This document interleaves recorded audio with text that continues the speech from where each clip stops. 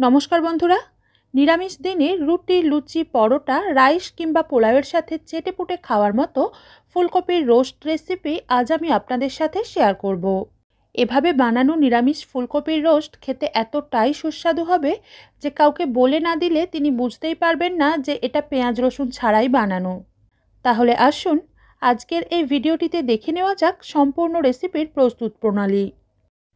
নিরামিষ ফুলকপির রোস্ট বানানোর জন্য প্রথমেই এখানে আমি একটা মাঝারি মাপের ফুলকপি একটু কম ডাঁটা রেখে এরকম মাঝারি সাইজের টুকরো করে কেটে নিয়েছি।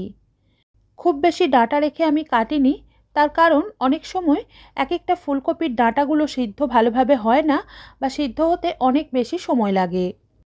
তারপর একটা পাত্রে কিছুটা ফুটন্ত জলের মধ্যে অল্প নুন এবং ফুলকপির টুকরোগুলো দিয়ে গ্যাস বাড়িয়ে হাইতে রেখে ঠিক 2 থেকে 2.5 মিনিট ফুটিয়ে জল ঝরিয়ে তুলে নেব।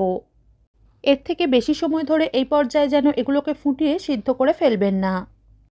এবার কড়াইতে 40 মিলি মতো রিফাইন্ড বা সাদা তেল ভালোভাবে গরম করে নিয়ে ভাপিয়ে জল ঝরানো ফুলকপির টুকরোগুলোর মধ্যে অল্প একটু নুন দিয়ে দমে, অর্থাৎ গ্যাসটাকে কিছুক্ষণ মিডিয়ামে রেখে আবার কিছুক্ষণ একদম কমিয়ে লোতে রেখে এগুলোকে হালকা লাল করে ভেজে নেব। এই পর্যায়ে ফুলকপির টুকরোগুলোকে এইভাবে দমে রেখে এরকম করে একটু ঘুরিয়ে দিয়ে দিয়ে ভাজার ফলে এগুলো হালকা একটু লালচে হয়ে যাওয়ার সাথে সাথে অনেকটাই মজে বা নরম হয়ে সিদ্ধ হয়ে যাবে। যতক্ষণে ফুলকপির টুকরোগুলো ভাজা হচ্ছে সেই সময়ে একটা মশলা বানিয়ে নেব। তাই মিক্সির জারে নিয়ে নিচ্ছি এরকম চামচের, অর্থাৎ 2 টেবিল চামচ পোস্ত, 1 টেবিল চামচ চালমগজ এবং 1 টেবিল চামচ ভাঙা কাজু। আর গোটা কাজু হলে 6 থেকে 7টা দিলেই হবে।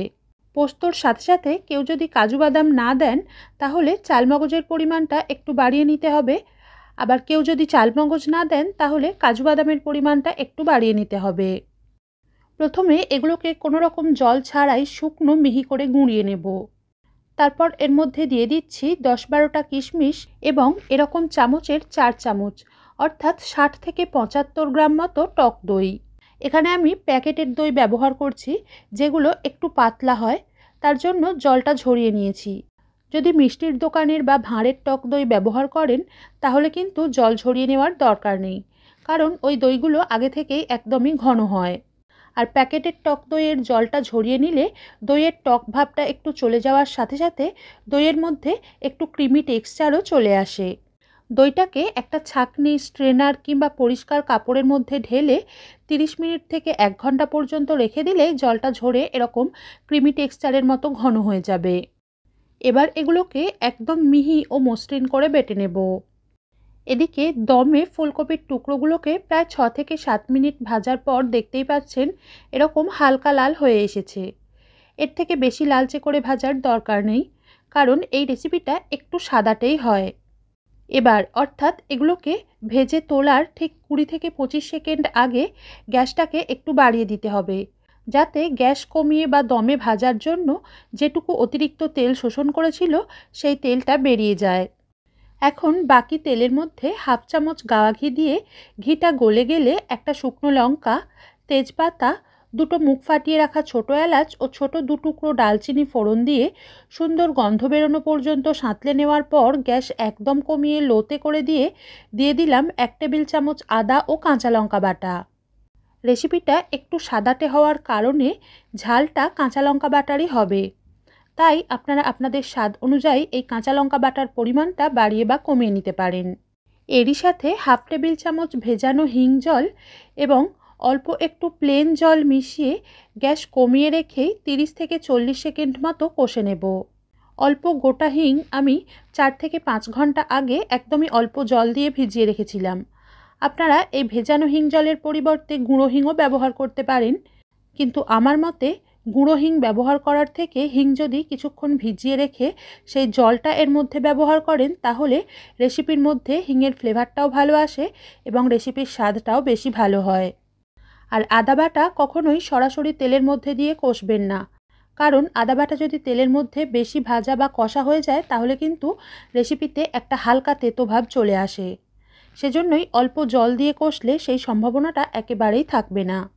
30 সেকেন্ড কষে নেওয়ার পর দিয়ে দিচ্ছি দই দিয়ে বেটে রাখা কাজু, পোস্ত, চালমগজ ও কিশমিশ, পরিমাণ মতো নুন, রঙটা সাদার মধ্যেই একটু সুন্দর হওয়ার জন্য একদমই অল্প অর্থাৎ ঠিক 2 চিমটে মতো কাশ্মীরি লঙ্কা গুঁড়ো, 1 চামচ চিনি, হাফ চামচ ধনে গুঁড়ো এবং 1/4 চা চামচ জিরে গুঁড়ো। যেহেতু রান্নাটা নিরামিষ হওয়ার কারণে পেঁয়াজ রসুন ব্যবহার করা হচ্ছে না, তাই অল্প একটু চিনি দিলে রেসিপির স্বাদটা খুব বেশি মিষ্টি হবে না, কিন্তু অনেক বেশি টেস্টি হবে। পেঁয়াজ ব্যবহার করা রান্নায় চিনি না দিলেও চলে, কারণ পেঁয়াজ এমনিতেই একটু মিষ্টি মিষ্টি হয়, কিন্তু নিরামিষ রান্নায় অল্প চিনি দিলে স্বাদটা খুবই ভালো হয়। এরই সাথে মিক্সির জারটা অল্প একটু জল দিয়ে ধুয়ে এর মধ্যে দিয়ে মাঝারি আঁচে যতক্ষণ না এই মশলার সাইড থেকে তেল আলাদা হতে শুরু করছে ততক্ষণ পর্যন্ত কষে নেব। বেশ কিছুক্ষণ কষে নেওয়ার পর এখন আপনারা দেখতেই পাচ্ছেন মশলার সাইড থেকে তেল আলাদা হতে শুরু করে দিয়েছে এবং কাশ্মীরি লঙ্কা গুঁড়োটাও উপরে তেলের সাথে অল্প অল্প ভাজতে শুরু করে দিয়েছে। তার মানে বুঝে নিতে হবে যে মশলা খুব ভালোভাবেই কষে নেওয়া হয়ে গেছে। এবার এতে 1 মুঠো মটর বা কড়াইশুঁটি মিশিয়ে 1 মিনিট মতো কষে নেওয়ার পর ভাজা ফুলকপির টুকরো মিশিয়ে 2 থেকে 3 মিনিট কষে নেব। তারপর এতে 200 মিলি হালকা গরম দুধ মিশিয়ে ঢাকনা দিয়ে গ্যাস একদম কমিয়ে লোতে রেখে যতক্ষণ না ফুলকপির টুকরোগুলো পুরোপুরি সিদ্ধ হয়ে তরকারিটা একটু মাখা মাখা হয়ে আসছে ততক্ষণ পর্যন্ত ফুটতে দেব। প্রায় 6 মিনিট পর ঢাকনাটা খুলে ভালোভাবে একবার নেড়ে দিয়ে একটা ফুলকপির ডাঁটা দেখে নিতে হবে যে সিদ্ধ হয়ে গেছে কি না, কারণ ডাঁটা যদি সিদ্ধ হয়ে যায় ফুলটাও কিন্তু সিদ্ধ হয়ে যাবে।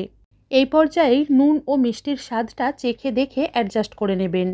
রেসিপিটার খুব বেশি পাতলা ঝোল বা গ্রেভি না রেখে এরকম একটু রসালো আর মাখা মাখা করে বানালেই খেতে ভালো হবে। আর এটা ঠান্ডা হওয়ার পর এই গ্রেভিটা যে দেখছেন এটা আর একটু টেনে শুকিয়ে যাবে। এখন এর মধ্যে অল্প ধনেপাতা কুচি এবং 4 চিমটে অর্থাৎ 1/4 চা চামচ জয়ত্রী জায়ফল এবং 3 থেকে 4টে গোলমরিচ গুঁড়ো ভালোভাবে মিশিয়ে গ্যাস বন্ধ করে সবশেষে হাফ চামচ গাওয়া ঘি দিয়ে এটাকে 3 থেকে 4 মিনিট ঢেকে রেখে নামিয়ে নিলেই আজকের রেসিপি রুটি, লুচি, পরোটা, রাইস কিংবা পোলাওয়ের সাথে পরিবেশনের জন্য তৈরি হয়ে যাবে।